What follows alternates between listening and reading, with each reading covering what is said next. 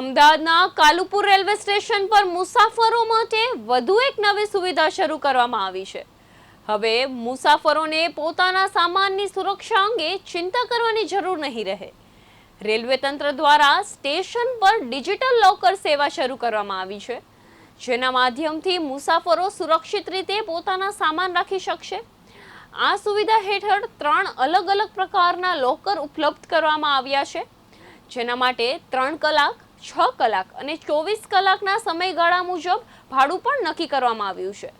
ખાસ કરીને ટ્રાન્ઝિટમાં રહેલા મુસાફરો અને શહેરમાં થોડા સમય માટે ફરવા જતા મુસાફરોને આ સુવિધાઓનો મોટો લાભ મળશે।